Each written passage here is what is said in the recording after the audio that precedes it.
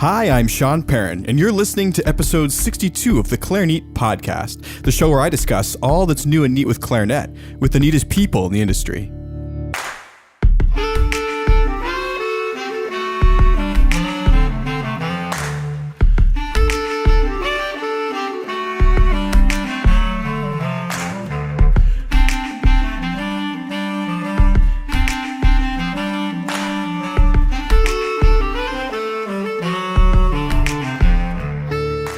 On today's episode of the podcast, I'm joined by the four girls from Foreplay Clarinet Ensemble. They are a pop group that's relatively new and arranges covers of pop tunes, produces them in exciting music video format, and then releases them on YouTube to inspire the next generation of clarinet players. Their videos are generating a ton of buzz online, with one video in particular, a cover of a song called Lean On by a band called Major Lazer, raking in over 500,000 views alone. You can learn about what's in a name, how the girls arrange and choose their music, how they feel they are influencing the next generation of young musicians, and this is also through education and outreach efforts they are starting for the following year, and some of their long-term goals as an ensemble. For detailed show notes and to see them in action in their latest video, and to learn about their recent crowdfunding effort on Kickstarter to raise funds to be able to produce their music in a live setting, check out the show notes for today's episode and all other episodes at www.clarineat.com.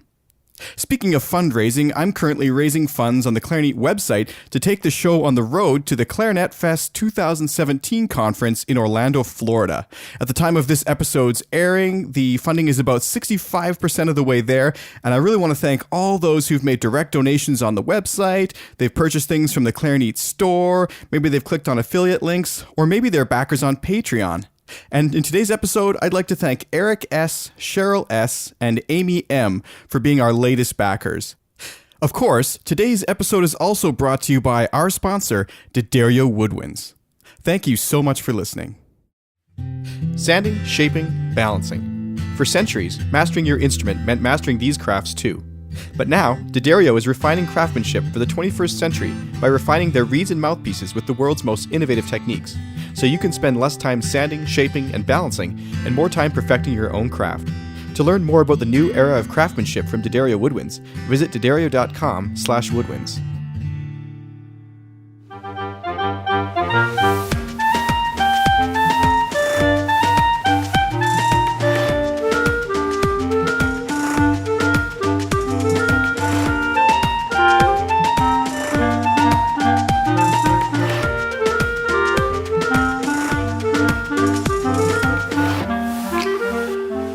So I'm here today with Foreplay Clarinet, or Foreplay Clarinet. We're going to talk about which it is, actually.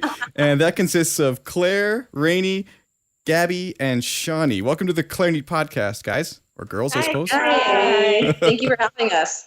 So let's get one thing out of the way first. I want to talk about this name. How did this... In a way, I think the name is so cool, because four are playing clarinet, but I think there's also a little bit of a connotation being drawn there. I'm just not sure, so... Yeah, I think I'll take this one because I'm kind of the one who came up with the name. So originally we started as a chamber group, because at university we have a chamber music requirement. We were in quartet together, and at one point we were going to put on a small recital of all the repertoire we learned, and we needed to find a name. And I was like, crap, what do you name like quartet? So I literally went on Google. I was like, what do you name quartet? And then one of the names was Foreplay. I was like, oh yeah. I kind of had that like not so innocent thought in my head. I was like, yeah, why don't I just throw it out there? If they don't like it, then why not? And I was like, wait, what do you guys think of Foreplay? And they're like, yeah, that's so cool. Of course we loved it. That's nice. So one of the things that I find interesting about being a clarinetist, and, all musicians, I think, have this to an extent, but I always sort of, in the back of my mind, was like, man, it'd be cool to be in a rock band or something like that, where, I don't know, people sort of, they look up to it a little more differently. And the other day I was getting a haircut, actually, and, I sat down, and the guy's like, oh, what do you do for work? And I was like, oh, I'm a musician. I felt all cool. He's like, oh, are you in a band? And I was like, well, I'm a clarinetist, So, but you guys are, you're sort of on the other side. You've sort of created sort of a pop rockish sort of clarinet band. How does it feel to be in a group like that? Is it seen as kind of hip on the streets, or is it sort of nerdy, or how do you get interpreted? I think most people think it's really cool because they can actually relate to it. Yeah. bit more than, if you're like, actually, I play in band. We have a quartet and we do like pop stuff. It's kind of more accessible for people who don't really follow music or know a lot about it. And so that's good. Yeah, no, I feel like just on that note, like I think what's so great, I feel like about our group is that we kind of have the best of both worlds. We're like half in the classical because clarinet is like culturally a classical musician in the orchestra, and that's how we were all trained. We're all classically trained musicians, but then, we're also a connection to a portion of our generation that doesn't really, they hardly know what classical music is outside of Beethoven, for Elise or Moonlight Sonata. And a lot of times we'll come up to people and they'll be like when you were getting your hair cut, like, oh, what do you do? Oh, I play clarinet. Oh, that's like a flute, right? So, like that, then it's just kind of like, okay, that's not really it. But I feel like, with what we're doing, we kind of bridging the gap with kind of people are able to understand what our instrument is and like kind of what we do and where we came from. Is that the role you feel like you're filling? Are you bridging a gap, or are you doing your own thing with the pop, or? I mean, we're all classically trained, like you said, and we just take what we've learned in other chamber ensembles and pretty much bring it into this. You still need the theory training because all the girls arrange and they put all the music that we play, they put it together. None of it's bought.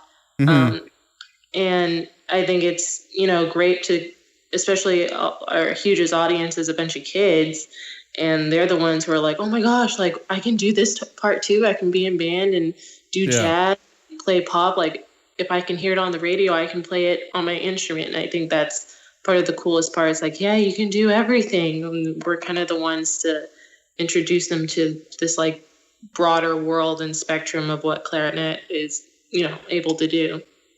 Yeah, I like that. That's a great answer. And, I find a lot of my students too, for example, I mean, they're younger kids and they start to learn a few notes. And then one of the first things they want to do is learn a song that they know, something on the radio, or they go get these little books and something that they can relate to. So I think you've really sort of found a niche that's really, really cool. Have you found that there's any sort of stigma about playing pop music, that you've felt some resistance from the community as clarinetists, or has it been well accepted, or what has that been like? I think when we started that, we didn't have much support from the school, I don't think they really, usually classical musicians, they don't really appreciate that too much. But I feel like, I don't know, I feel like when you learn clarinet, for example, I always was told, even in France, to not do clarinet jazz because it's not the same. You want to keep your embouchure, you want to keep that really nice sound of the clarinet. But I feel like we're not transforming anything. We're pretty much playing classical clarinet, but we're playing pop music. We're just playing things that we like because we listen to pop music. We have a regular life outside of classical musicians, I guess. And so I feel like we're just having fun and making the instrument accessible through songs that are kind of entertaining. And I have had friends forever they knew me forever, and they never really enjoy what I did as a classical musician. They will be, oh yeah, you have a concert, I might come, whatever. And since I'm doing that group, they're like, oh, I love what you're doing. And it's just because it's accessible to them now. Before it was not. Going to see even Mozart concerto, they don't want to go there. They are bored. I mean, it's sad, but it is. And so when we do that, everybody is interested, and it's good. I mean, I think it's good. But from the real classical musician, I don't think we have had that much support, to be honest. Really? Yeah. Well, that's something that, for example, this year, one of the things about the podcast is I spent the first year basically doing what I wanted to do with it. I'm very interested in new music, and I kind of interviewed a lot of the people who growing up, like Evan Zaporin, Michael Lowenstern and things, who had been a huge influence on me. And one of the sort of, I don't know if it was a criticism, but it came back hey, why aren't you touching on klezmer? What about the pop elements of clarinet? What about jazz? What about... And I was like, oh my God, there's so much more than I've really been touching on. And I'm actually going to I have been making an effort to reach out to orchestral players and groups like you guys. There's another pop artist coming on soon. And again, he sort of just contacted me and was like, hey, I'm coming on your show. But anyways, I think that it's really great what you guys are doing. If you give a kid the chance, or even an adult, the chance to experience the clarinet in a way that they can relate to, I think it leads to them experiencing more music. What do you think about that? Yeah, you make the instrument accessible, they like the instrument, and then they might actually look at other videos and see classical music. And it's true for kids. Some want to start the clarinet, but they only want to do those songs and stuff. And then after they start enjoying the instrument, they kind of like it, and they do a little more. And then you can push to actually do real classical music. And so, yeah, I mean, I think it's good. And I feel like we have a lot of younger, like, kids like looking up to us, and they are like practicing more. We have parents saying that they are practicing more. They like thanks us for like getting into band and everything. And so it's great. I mean, it's the goal. I think when we started, we wanted to make the instrument more accessible to a broad audience. But I think now there's another thing that we're doing. It's also kind of an educational purpose of like making kids like motivated to like do an instrument, to like, because it's such a great thing to have in life later on, but a lot of people just give up. And I think now we have a lot of young clarinetists that are excited to do the clarinet, which is, it's nice. Yeah. Mm-hmm. Tell me more about the education outreach thing you've got going. We're like just starting, we will be starting in on the beginning of 2018 a project, which is the Fourth Play Clarinet project. We'll reach out to schools, and it's not really out there yet, but we'll propose kind of a masterclass activity for schools and for their band program or the clarinet program, I guess.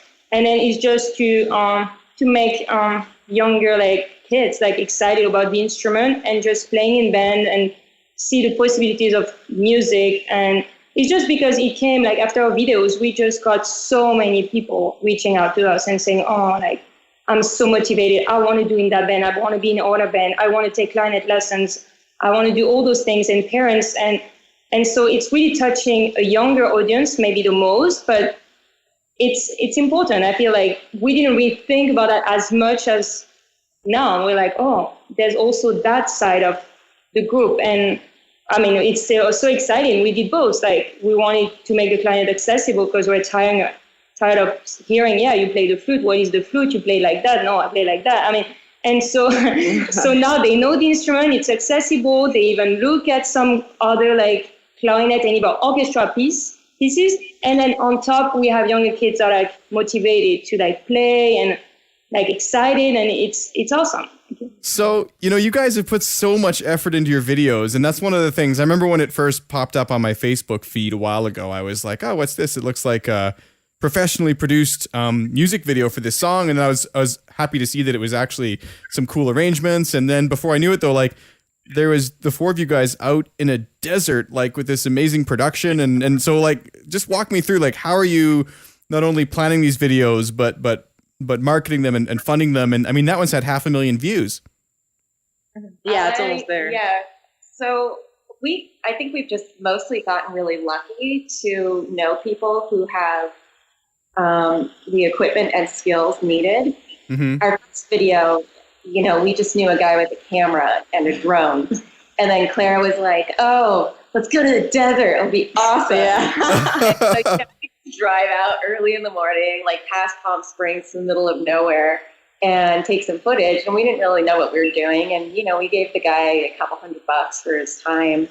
Mm-hmm. And we ended up with the first video, and it ended up looking really beautiful. Yeah. Mm-hmm. Because I feel like we all have like a good creative side. We already look at a lot of videos, and we are really all creative differently, but we really like that. And I feel like we always have ideas. Like, we could make a video every month, like Mm-hmm. always ideas and music arrangement, like videos, like excited about that. I think it's almost the most fun doing that whole thing, not only the music part, but the whole thing. And we learn so much about everything. And so, yeah, I mean, I guess that was an idea, and it worked out amazing. And yeah, and then there's plenty other possibilities. It's just the beginning. So did you do like a sort of like a script write thing, or just sort of go out there and have him film you guys running through the music? I mean, I've never filmed a music video, so I'm actually trying to imagine too, like, how do you hear the music while you're in the desert and they're filming you? Like, do they put a speaker or? Yeah, we bring out a speaker to our sets, and then we play our parts along with the music, so it all lines up.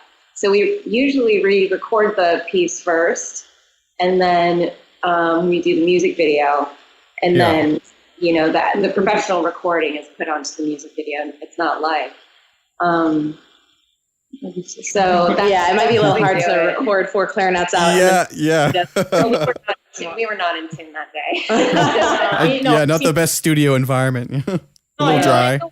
No one does that. I mean, a real music video, no one does that. Like it's it's been done like in professional studios. I mean, actually at the beginning we had less experiences, so we recorded at a friend's house with kind of medium equipment, and then it got better. And every video is getting better because we know more people. We actually know more about everything because we all had to learn about how to make a video, how it works, how to record stuff. Yeah. It's true because when we started recording, we recorded each instrument separately. And then actually we realized that it's better to record together with different microphones, but to kind of play like as a group instead of lining 4 parts, And so we learn a lot, and we know that we need to record in a professional studios, but we've been lucky. I mean, thanks to Shanley, like we actually recorded at UCLA this year, and they have a beautiful recording studio, so that was great. So what was it like at the very beginning then, as you guys were first starting this? I mean, for me, I imagine that if I decided to get together and do a video with some people, I mean, it would just seem like an insurmountable task, but you seem so relaxed about it, and as if you sort of just knew it would work, or like, I'm trying to imagine the mindset, let's go out to the desert and get this done today, like. It was so much work, and I think we've all been angry with each other more times than we can even count, but it's really hard, just because we were learning everything, and everything took 10 times longer and was 10 times harder than we originally thought it would be. We've learned. Yeah, I mean, it's great because when you do like classical music like we did up to a master in clarinet performance, you don't learn anything about anything. Business, like music business, nothing. Yeah.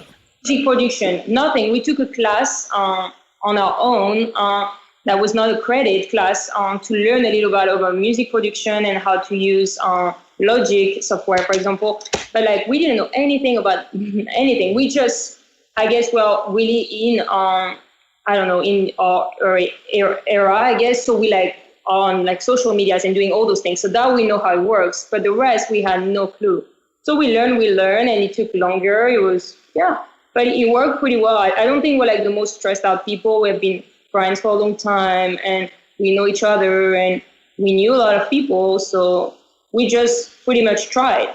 Most people don't try. We tried, and some people say you will never make it. And now we are like 500,000 views. So nothing want to do anything for us, nothing. Like maybe like a little bit, or like buy you lunch. I mean buying lunch or whatever, but we like did it not having any money, especially with the videos were really like they didn't cost us a lot of money. None of us are rich and can afford anything like that. And then the views we had just came naturally, little by little. I mean, we didn't push anything either.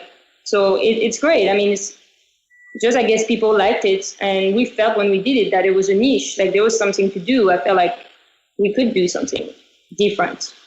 Yeah, it's funny you say that about just sort of trying it and getting out there and doing the stuff, because that's always what people say. They say the best way to get started with something is literally just to do it, right?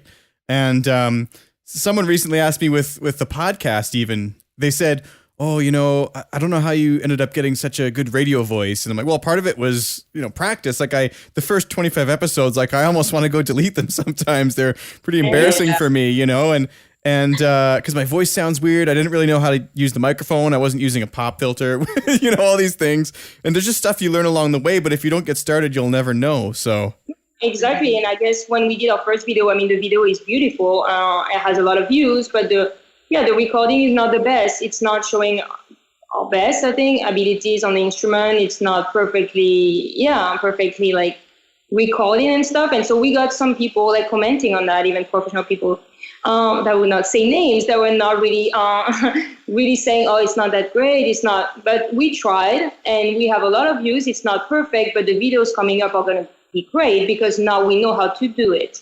We can all play well. It's not a problem of that. It's just we didn't have the equipment, and we did it with no money, no budget. But we tried, and the video is great. The recording is not as good as the newest recording that we've done, and everything is going to get better. So you have to try. You have to try. People like say those things, they haven't tried, and that's not our problem. That's their problem. Yeah. And just to like add on to that, just with like how we started, it's like, you know, in the beginning, our first record with Lean On, the first music video we got, we were lucky we had a composer friend who was eager and willing to help us out. But after that, it's just because we needed more music, and, you know, a lot of people are busy, or you have to pay someone to, you know, like get it done at the time you want. And we're like, you know, we're all clarinetists. You know, we took theory classes. I'm sure arranging the parts would not be hard to figure out. We know our instrument better because naturally we're clarinetists, so we're going to know what we're capable of. And also, for the songs following the first video, we wanted to try, because I mean, we had a great arrangement, but we wanted also to have more songs that kind of showed off our ability and our technique and that have a better sound and whatnot. And so going forward, I think it just paid off that we ended up arranging the tracks that we did, because I mean, I think they sound great. I think the arrangements are great, and I think they show off what we can do really well. What are some of your favorite bands, and does that affect sort of how you pick the songs, or do the songs kind of pick you? Do you hear one on the radio and go, oh, hey, that would work great with Clarinet Quartet, or how does it work? A little bit of both. So with Lean On, at the time when we made that song, that was just kind of like the big song at the time. And we all liked the song. We liked Major Lazer a lot. We liked their music. And so we're like, we should totally do it. That would kind of be our like first thing. It's like, oh, hey, people are going to love it because everyone loves that song. And so why not just try that one? And it worked out that we all liked it anyways. And then going forward, we wanted to do something along the lines of same type of genre, but also songs that work idiomatically with the clarinet. Like song. And then, you know, we could all, within the arrangement, because Rainey and I are both the kind of like main arrangers of the group, we kind of, we both arrange differently, but we kind of hear things, and, you know, we propose it to the group and we're like, hey, I think this song would be really cool. And we kind of consider whether it would work well for the instrument, and if there's a way we can rearrange it to show off our technique, show our sound, different aspects of playing. And so with the pieces that we did going forward, we tried to implement more and more and more. And I feel like Rainey is a little bit of she's more naturally suited to arranging. When I started arranging songs, I was like, I don't really know what I'm doing. I'm just like doing this by ear, and like hopefully the sound's good. And I mean, so far the songs that I've picked to arrange so far have worked out. And then as I do more and more, I feel like I'm learning more and like how to arrange things better for the instruments. So it's all a big like learning process, I feel like. But I feel like as we keep, like as Claire said, we try. As we keep trying, we're gonna get better and better at it with all the things that we didn't necessarily know how to do starting off. Yeah, and I feel like the songs that we picked maybe at the beginning was like really popular songs like on the radio. When we did How Deep Is Your Love, that was a big hit too, and we all love him. And so that was great. I think in the more recent decision that we've made, we've done like maybe like Sweet Dreams was like, because when we go out and we hear it in a club, it's not only young people that dance out of it, but it's everybody. It touches the whole audience of like 20 years old to like 50 years old who dance out of it. And like they really like that song, and we're like, oh, let's do that because it's great songs. I mean, those ones are the best, and we all love it too. And so, but yeah, still stay in the genre of like electro dance, like dance music. We want dance. That was the goal. Like we won't change. We won't do like jazz tomorrow because I think that's that's what we want to do. But there's plenty of possibilities. I mean, the clarinet is a very virtuosic instrument, has a beautiful tone. You can do anything with it. So that was one of my next questions, actually, is do you see yourself expanding outside of this genre into other almost like alternative pop bands? Like for me, Radiohead is my favorite band ever. I would love to hear something by them. But I imagine there's other people kind of on another side, maybe something a little bit more jazzy or something like that. Are you planning on sort of exploring or staying within this sort of dancey pop realm?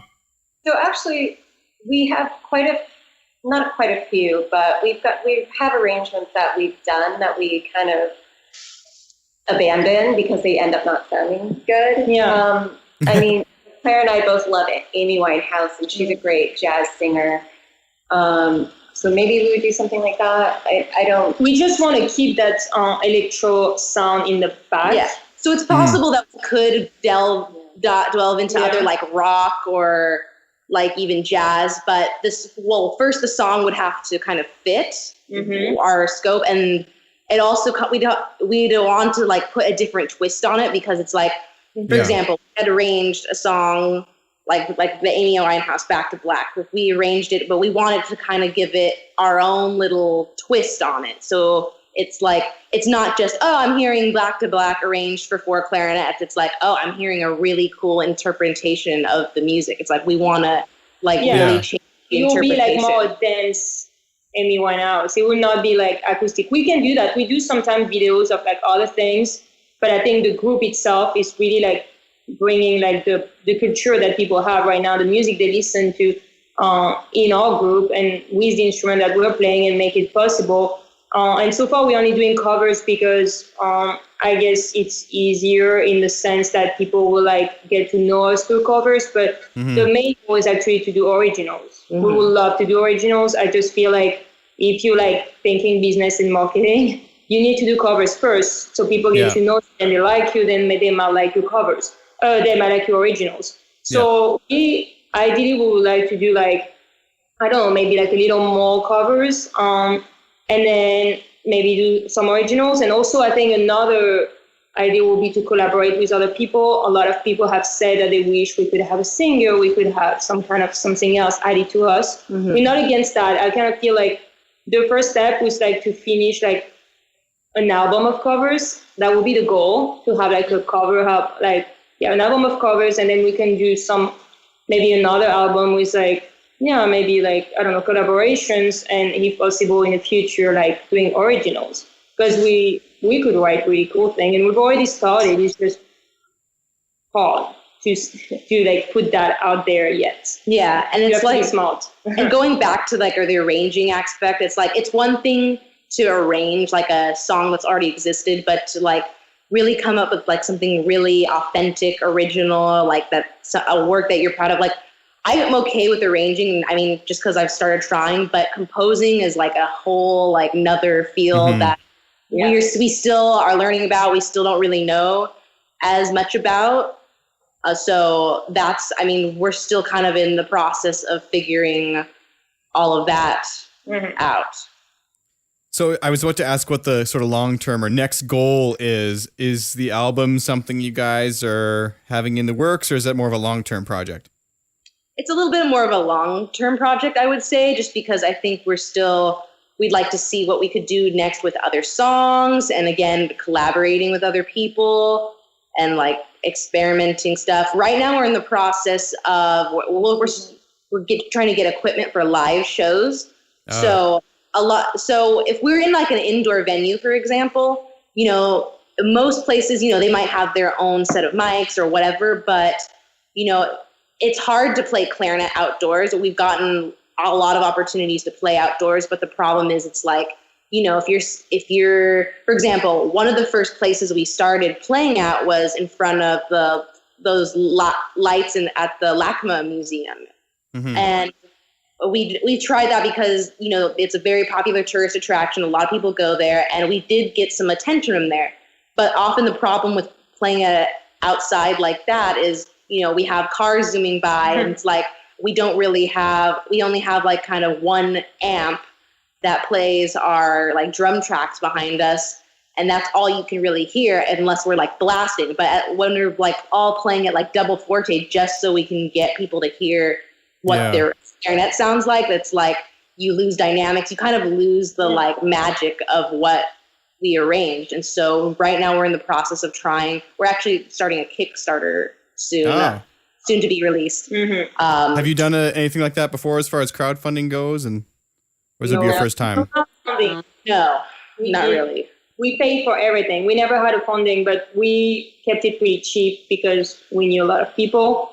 No, but like we're going to do that fundraiser, and we're like hoping to get a lot of equipment and actually mics that are specialized for clarinets. Because the AMT mics, is that the ones you're looking at? The outdoor ones? Yeah. So getting those ones, and then because even if the prime is outside, indoor is kind of a prime as well. We've done some concerts. Yeah, it sounds better, obviously, if you like a nice recital hall or things like that. But still, it's not the sound that we want. I mean, we kind of want to do those. I mean, I personally, but I think that's the goal. It's like to play those big shows if we could. Just, playing those little shows, but it would be great to be on a big stage with a big, like, sound system and like making a little, like, I don't know, the clarinet, a little rock and roll if you want, but like making a big sound. And so to do that, we need a lot of amplification, and so there's like a big thing to do. Or if not, we like restricted to our instrument, which is not that loud and not really working too well with like an electro bass. One of the main thing was to keep a traditional like clarinet sound, because we don't want, if we transfer thing, then it's not a clarinet anymore, and that's just the fingerings will be a clarinet, but that's not the purpose. Like we want to keep a clarinet sound and make it work with an electro, like I guess bass. But we just need like amplification, and so far we haven't really played on concert because we don't want to go too fast. We need to have that equipment first to do like good shows. Like we have quite a lot of songs now. I think we're ready. We've done some little stages to see how it works, and it goes well. But I feel like if we want to start like doing some shows, that we need the equipment first, then we do the shows. I think it's been a lot of patience on everything from a part, and it's hard because you have to wait when you have plenty of ideas, and it's like, I have to wait for that. But we'll be patient for that one. Like when we have the equipment, then we'll start doing shows. So that's why. So far we're doing videos and we're learning a lot, and the group only started like 2 years ago, maybe, no? 2015. Yeah, 2015, but like we really took a step, like a big step, like in 2016, I guess, step forward. So it's kind of a recent group. Like we've known each other for a long time, but it's a recent group, and it might take 4 or 5 years for us to, or even more, to get where we want to go. But we're not in a rush. We'll get better. Yeah. So let's go around the group for a second, and I'm kind of interested in a couple questions maybe for each of you, just so everyone has a chance to answer something. The first question is, if you could record any song with the group, what would it be? And the second one is, where do you see the group, or where would your dream for the group in 5 years be? I'm a huge Radiohead fan too. Like, oh, nice. In here, there's like posters everywhere. But I would want to do Weird Fishes. Yes. Oh, yeah. That'd be I actually play drums. I'll play drums for you guys on it. Oh, good. You can be our first collaboration. I actually, sorry to interrupt, I'm just getting so excited now. A while ago, I recorded Paranoid Android with the sax quartet. I played drums, which was really cool. Oh, that's cool. Yeah. Anyway, sorry, go ahead. That's what I want when I'm walking down the aisle. After I say I do, I just want the climax of Paranoid Android to just... Oh, wow. But like I seriously think we could just be, performing on the Grammy stage one day, and just even if it's just like best new artist, something small like that, but it would be really cool to just play, and then just so people could be like, oh yeah, I used to play clarinet, because like we hear that all the time, and it's like, well, why'd you stop? Like, keep going. But yeah, like everyone knows what clarinet is, but like they don't at the same time. So it would be cool if we could do that. Before we go on again, one of my sort of dream guests I've been trying to reach is the guy who played clarinet on Amnesiac. Oh, yeah. Yeah, there's only one instance, I think, where Radiohead used clarinet. And yeah, it's in the Life in a Glass House.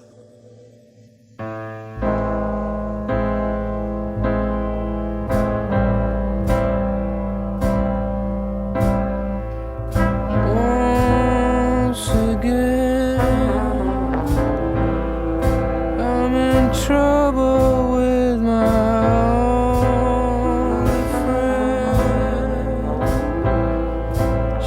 is paper in the window pane. She is putting on a smile,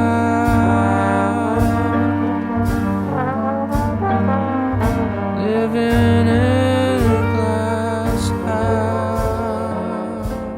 Yeah. And I was trying to get him on the show. I've been in touch, but he's very old now, and I don't think he really uses email that much. So it'll be very, very cool. But anyways, that's a really great answer. Next, maybe, Rainey, do you want to go next? Sure, I'll go. So this would be kind of backwards from what we usually do, but I would love to do like an electronic kind of dance dubstep-y version of Rite of Spring by Stravinsky. Because that's my favorite classical piece, and I think there's just some really cool stuff in that. That would make a great piece. I mean, so if dreams came true, that would probably be my pick. And as for where I see us in 5 years, I would really like it if we could expand our access to video equipment. I think we've got so many video ideas, and it seems to really be a good format for us. And I would like us to make more regular videos, as well as be able to perform live in a variety of venues and not have to always worry about logistics so much. Song, I think we already had that idea before, but I think hide and seek. Oh, Imogen. Hide and seek. Oh, that's a perfect one. It would be really cool. I mean, giving like a little twist to it, obviously, but I think it will be really pretty on the clarinet, and we can make a part that would be maybe more like a choir sound, and then after going into like a little more dynamic. For those who don't know this song, this is a song that's done by a band named Imogen Heap, and it's with a vocoder, which is, I think she's actually just singing into the, well, I know what she does because I tried to cover it one time for fun, but she sings into a vocoder and then plays the chords along with herself, and it makes a really cool effect. Where are we? What the hell is going on? The dust has only just begun to fall. Crop circles in the carpet, sinking feeling. Yeah, no, it's really good. Actually, for the Manchester, they did like a concert for the what happened in Manchester. She came on stage and sang that song. Oh wow! And, I mean, it was great. I mean, it's not as good as it was live, so it's not as good, but it's such a beautiful song, and everybody knows it. I mean, I think a lot of people actually know it from like different. It's been taken a lot in like shows and like movies. So some people recognize it. They don't know the song, but when they hear it, they're like, "Oh, that's from that movie or whatever." So yeah, that would be a song that I would like to do. And I guess for the future, I mean, big plans. I mean, I want it all. I feel like I want to do the educational side, and I dig a little bit into that. And then I would love us to perform and tour and perform in Europe because I'm French. Some people follow also the group in France and Europe, and we have people that are like, "Oh, you should come." So I would love for us to do that. It would be so great to I think we could just have like a lot of fun, and we love performing, and it will be, I don't know, it will be great. But in the future, that's fine. We can wait. I mean, I love all of the things that like my girls are saying with the song choices, because I love like so many different genres of music. That's why for me it's so hard just to pick one. But if I would have to say one or at the moment, I love hip hop and rap. I'm like kind of that little outsider in a way. I would love to do, currently Kendrick Lamar is like my favorite like hip hop rapper. I'd love to do something by him. I just think like what he's doing with hip hop and rap, and he's just so, he like gets a lot of inspiration from jazz music, which in not the most recent album, but it's the one, it's called To Pimp a Butterfly. He has a lot of jazz influence in it, and I just think it's so creative what he does with rap music and like kind of transforms it. So I'd love to do a track by him. I'm not sure exactly which one I would do at the moment, but something by Kendrick Lamar would be awesome. And then as to where I see the group 5 years from now, I'm kind of like Claire. I'm like, I want it all. I want us to be touring. I want us to be playing in venues. And I think a big part of like where I see us 5 years right now is just because I just so strongly believe in like what our group is kind of doing and bridging the gap between like the classical and like pop thing. And so I think like the more people catch on to that, I think it could be like really inspiring, not even just for like our own communities that we're connecting to together, but just for anyone. I think anyone could enjoy our kind of music. So I want to be out there. I want to be winning Grammys. I want to be like, like I said, also go big or go home. Well, yeah, guys, thank you so much for coming on the show. I really appreciate your optimism and what you're doing for the clarinet community. And I'd actually be really interested in some sort of collaboration down the line. So we should look into that and see. It'd be a lot of fun. Totally. It'd be Clarineat. There you go. Anything else you'd like to say before we wrap up? What about your very next video? What's the next project going to be like? Well, keep your eyes peeled because it's a classic and it's a really cool band that we're going to be about women empowerment. And I think once you see it, you'll know when it's there. Oh, very cool. That's all we get, eh? Very lucky. It's a bit, though. It's really cool. I arranged the music for this, and I'm like, it's like one of my more prouder moments as like an arranger. I think it's a really fun arrangement. Such a good arrangement. Yeah. We're very excited. And it's a fun song, and everybody knows it, and everybody will love it. So, it's great. So thank you so much for coming on the show today, guys. And where can we find you online? Your YouTube channel, your website, Twitter? So our website is playclarinet.com, where you can find us on YouTube at Play Clarinet. We're on Instagram, Play Clarinet. We are on Twitter, 4 Play Clarinet. And we're also on Facebook as Play Clarinet. Fantastic. Thanks so much for coming on the podcast, guys. Thank you. Thank you.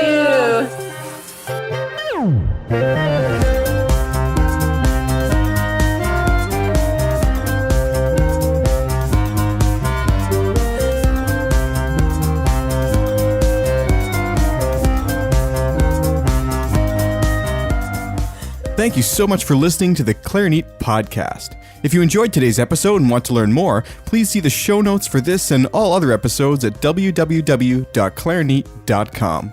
There's a lot of ways to spend $1 in this day and age, and $1 doesn't go nearly as far as it used to. You can buy about a third of a cup of coffee, half of a read, or maybe 30 seconds of lessons with a really great private teacher. Well, for just $1 a month, you could also be supporting the Clarineat podcast and getting access to exclusive bonus content. Depending on your sponsorship level, you might actually get access to early episodes, bonus content, and more. Check it out at www.clarineat.com and click on the Patreon link. Be sure to tune in next time for a conversation with the legendary Stanley Drucker. Stanley was, of course, the principal clarinetist of the New York Philharmonic Orchestra for over 60 years. Our conversation focuses on his latest CD set release, which is called the Heritage Collection, and it spans his musical performances of chamber works, solo clarinet pieces, and duet clarinet pieces, actually performed with his wife, Naomi Drucker, who will be making an appearance on the show as well. But these performances are all unique and special in the sense that they are in very small venues, from the mid-1970s to the mid-2000s, places like churches, schools, museums, not really what you might expect for someone of Stanley's caliber, who of course is used to performing for thousands and thousands of people in front of one of the world's premier orchestras. This episode was brought to you by our sponsor, D'Addario Woodwinds, and I'd like to thank you so much for listening. Sanding, shaping, balancing. For centuries, mastering your instrument meant mastering these crafts too. But now, D'Addario is refining craftsmanship for the 21st century by refining their reeds and mouthpieces with the world's most innovative techniques, so you can spend less time sanding, shaping, and balancing, and more time perfecting your own craft. To learn more about the new era of craftsmanship from D'Addario Woodwinds, visit D'Addario.com/woodwinds.